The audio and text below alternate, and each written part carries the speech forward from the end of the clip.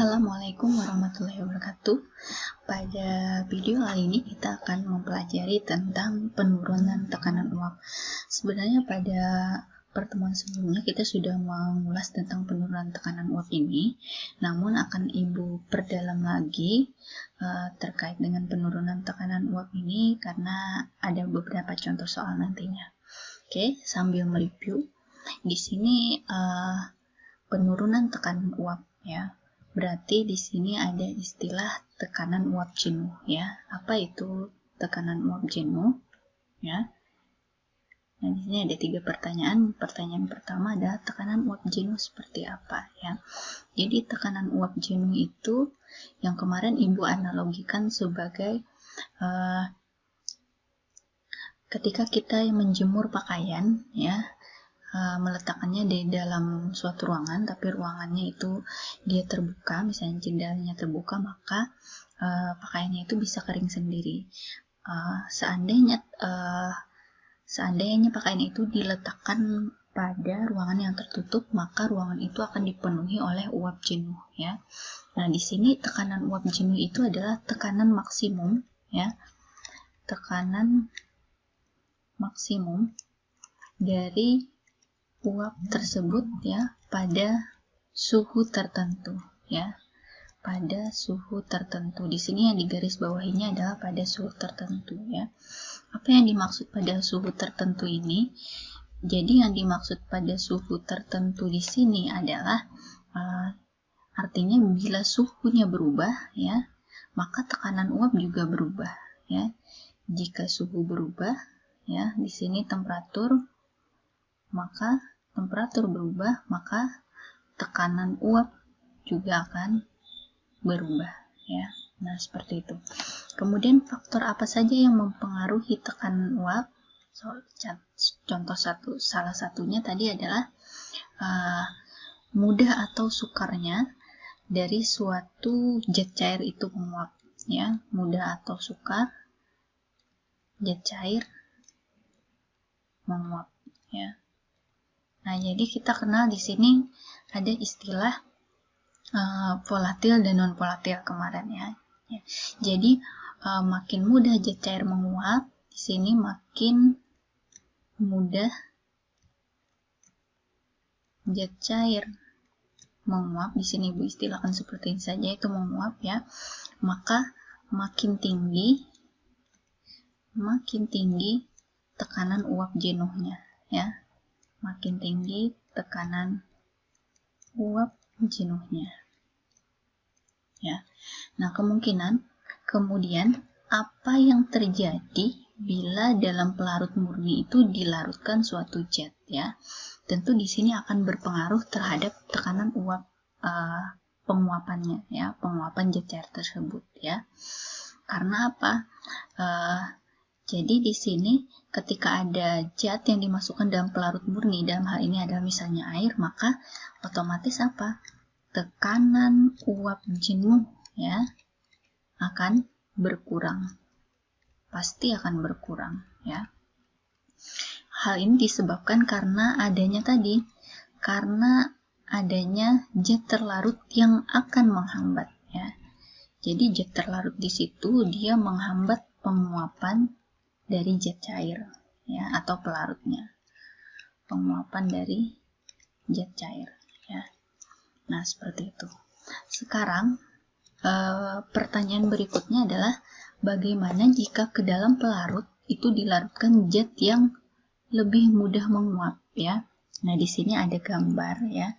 Jadi gambar ini mungkin bisa Ibu perbesar dulu. Oke. Nah, jadi di sini ada A, B, C, D ya. Dalam hal ini zat yang berfungsi sebagai pelarut itu adalah zat yang lebih mudah menguap ya. Nah, misalnya kita melarutkan alkohol ke dalam air ya, maka alkohol itu berfungsi sebagai pelarut ya. Alkohol berfungsi sebagai pelarut. Misalnya di sini alkohol dicampurkan dengan air. Ini alkohol dia mudah menguap ya, maka di sini dia berfungsi sebagai pelarut ya. sedangkan air ini berfungsi sebagai zat terlarut ya.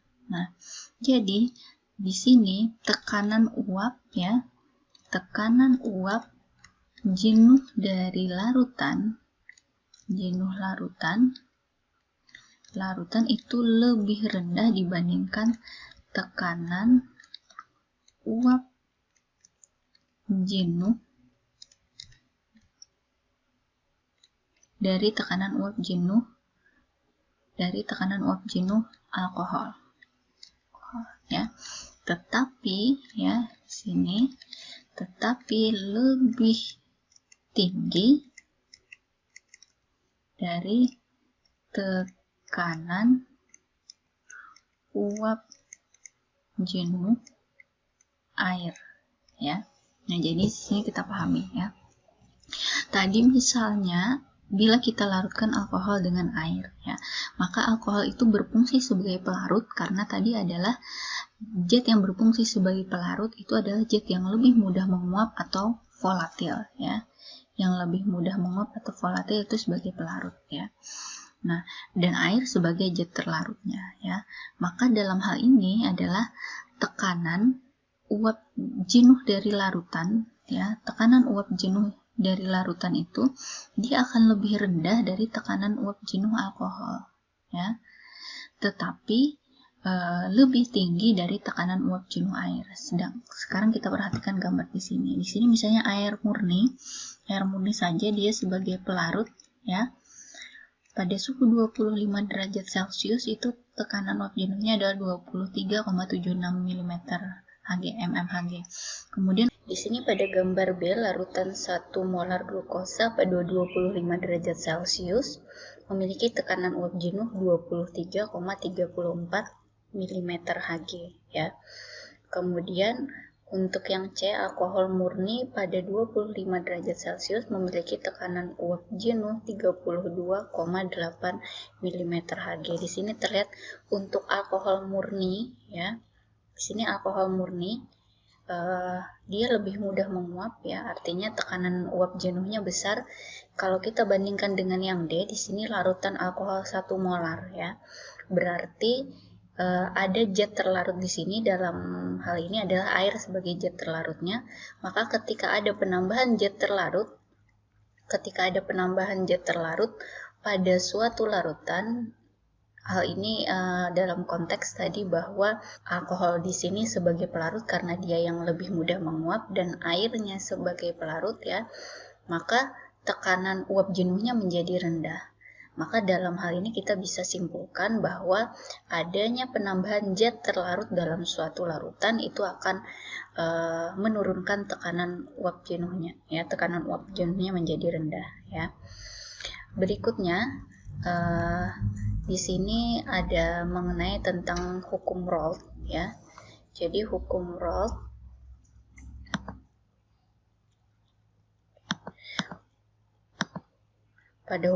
ini menyebutkan bahwa tekanan uap jenuh larutan itu berbanding lurus dengan tekanan uap jenuh pelarut murni ya. Secara matematis dituliskan P ini adalah tekanan uap jenuh dari larutan ya. Jadi kalau P saja tekanan uap jenuh dari larutan. Kemudian untuk P0 itu adalah tekanan uap jenuh pelarut murni ya. Pelarut murni dalam hal ini adalah umumnya adalah air ya. Dan X itu adalah praksimol. XP berarti praksimol dari pelarut ya. Kemudian terkait dengan penurunan titik didih delta P ya. Jadi untuk penurunan titik didih itu dirumuskan ya. Penurunan titik didih dirumuskan sama dengan P0 dikali XT ya. Tekanan uap jenuh pelarut murni dikali praksimol zat yang terlarut ya. Ini penurunan tekanan uap. Oke. Berikutnya di sini ada beberapa hubungan lagi ya. Jadi delta P ya, ada satu rumus lagi di sini Ibu tuliskan. Delta P itu sama dengan P0 dikurang P. Jadi penurunan tekanan uap itu sama dengan tekanan uap pelarut murni dikurang tekanan uap larutan, ya. Nah, untuk fraksi mol, ya, kita tahu bahwa fraksi mol penjumlahan dari fraksi mol pelarut dan fraksi mol zat terlarut itu sama dengan 1, ya. Jadi jika diketahui salah satunya, maka kita tinggal dikurangkan 1 dengan fraksi mol yang diketahui tadi, ya. Nah, seperti ini. Oke, berikutnya di sini ada contoh soal, ya. Contoh soal, ke dalam 900 gram air yang suhunya 24 derajat Celcius dilarutkan 36 gram zat non-elektrolit. Nah, di sini tidak mudah menguap berarti, ya.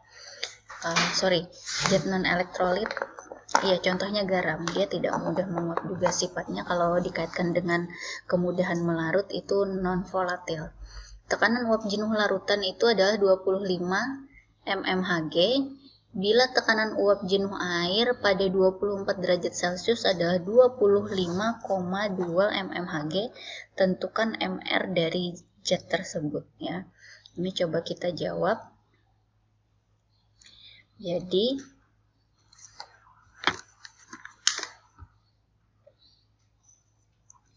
yang pertama di situ kita cari dulu mol, ya. Mol dari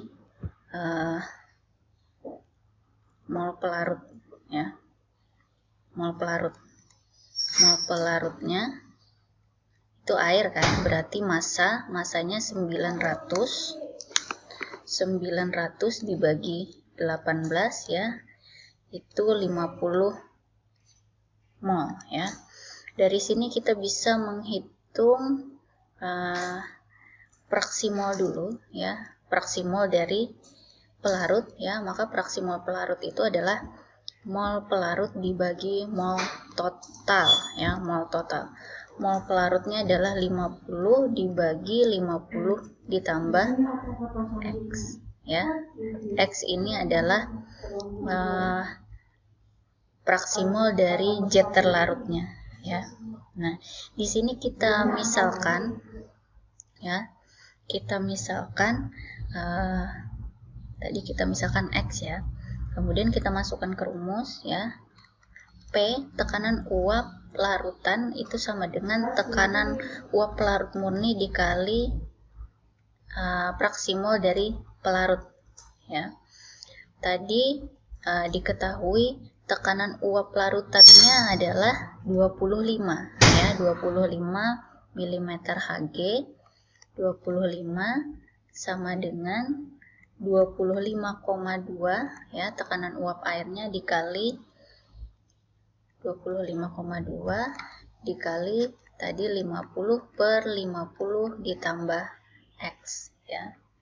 Nah, maka kita bisa cari, maka 50 ditambah X itu sama dengan 50,4, ya. 50,4, maka X itu hasilnya adalah 0,4, ya. Ini berarti apa? 0,4 mol, ya. 0,4 mol ini adalah mol dari zat non-elektrolitnya tadi, ya. Zat non-elektrolit tadi, ya. Maka kita bisa mencari MR-nya, ya. MR-nya kita bisa cari karena mol sama dengan massa per MR. Molnya sudah diketahui 0,4, ya. Massanya tadi ada 36, ya, per MR, ya. Maka MR-nya 36 MR-nya, ya, sama dengan 90 gram per mol. Nah, seperti itu. Berarti MR dari zat non-elektrolitnya tadi adalah 90 gram per mol. Oke, itu untuk penurunan tekanan uap. SKL part yang ketiga, SKL part yang keempat, kita akan mempelajari lagi tentang tekanan osmotik, dan SKL berikutnya lagi tentang yang sifat zat terlarutnya adalah non-elektrolit. Demikian video pembelajaran kali ini. Semoga bermanfaat.